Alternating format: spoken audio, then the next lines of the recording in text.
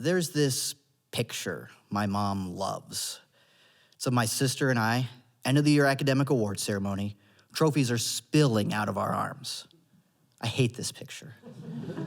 I hate this picture because none of those trophies are mine. And the only reason I'm in this picture is, as my mom says, well, Jocelyn can't hold all of the trophies. She's better at sports, too. She's not good at sports, she's just better than me, which is a low bar. You see, when I was young, I had surgery on my eye to help with depth perception. Apparently, depth perception is really something you need in sports, because I was the only kid that would strike out at t-ball. And after the surgery, I had to wear an eye patch, and I wish it had just been like a standard black eye patch. I could have pretended to be a pirate or something. But the eye patch I got was medical, was adhesive, was skin color. It was disturbing. So I'm looking for something, anything that I can call my own. And it fell into my lap one day in the 4th grade when an organization comes to my school called the Florida Singing Sons. S-O-N, not S-U-N, you see, because the Florida Singing Sons is an all-boys choir. And they tell us it's an all-boys choir because little boys' voices are more angelic than little girls', and once your voice changes, you're out. And they knew it'd be hard to get us to want to join after that weird statement, so they gave us the hard sell. They're like, you can travel internationally. You could sing the national anthem at a baseball game. I didn't need to hear any of that, because what I was thinking was, all boys, I'd like to see Jocelyn beat me in this. I immediately want to be a singing son. I get a call back, and it's down at the training center.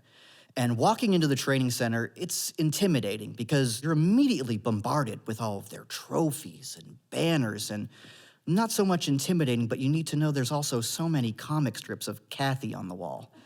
Ack. I go to the back room for the final audition. The director says, don't be nervous, just sing a song we all know, the national anthem.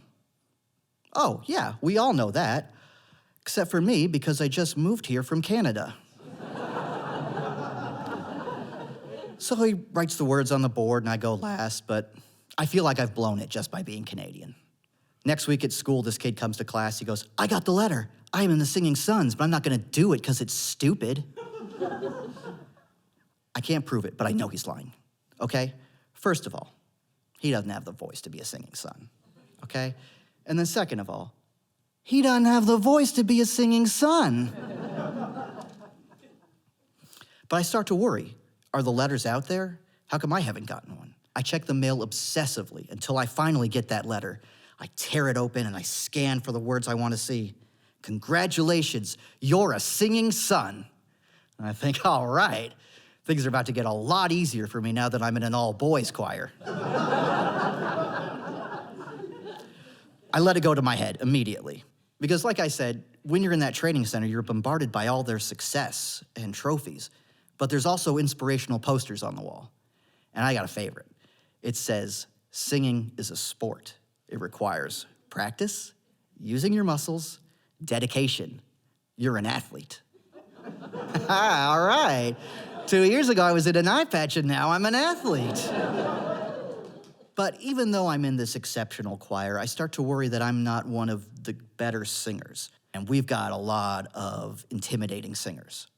And I go up against one of them for the solo, Somewhere Over the Rainbow. I don't get it. I get nervous singing in front of everyone, and I blow it. And my dad tries to cheer me up afterwards, and he says, you know, Just, one day you might be glad there's no video of you singing Somewhere Over the Rainbow. I don't get it. It's the last day of junior choir. The director brings me back to the room for a one-on-one audition. I'm so glad it's one-on-one because I don't get nervous. And I nail the audition. And afterwards, the director looks confused at me, and he goes, I didn't know you could sing like that. If you sang like that in front of everyone, you wouldn't have to repeat the junior choir. I'm devastated. I gotta go home and tell my family I failed. But the fact that he says I was good enough gives me all the confidence I need. I realize I've made this thing intimidating when it's just supposed to be fun. And it is fun.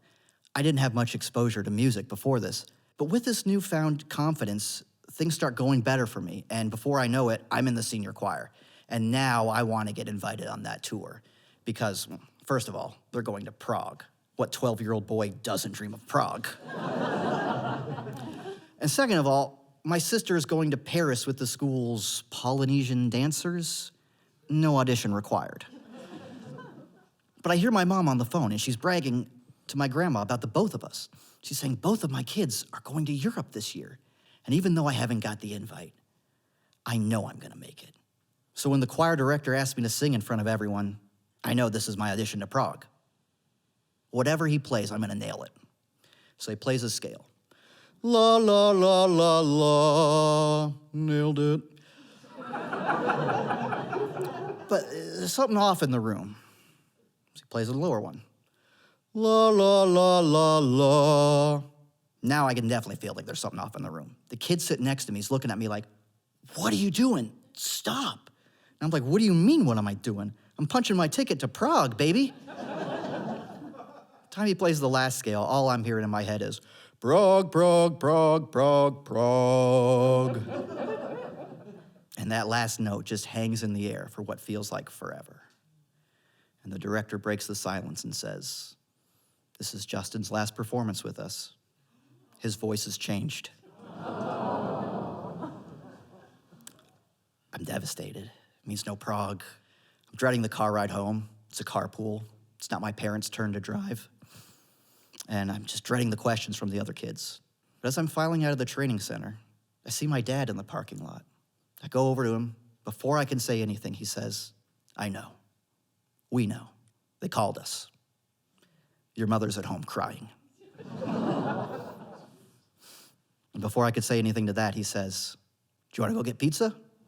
And I think, yeah, why the hell not? I'm not an athlete anymore. Thanks.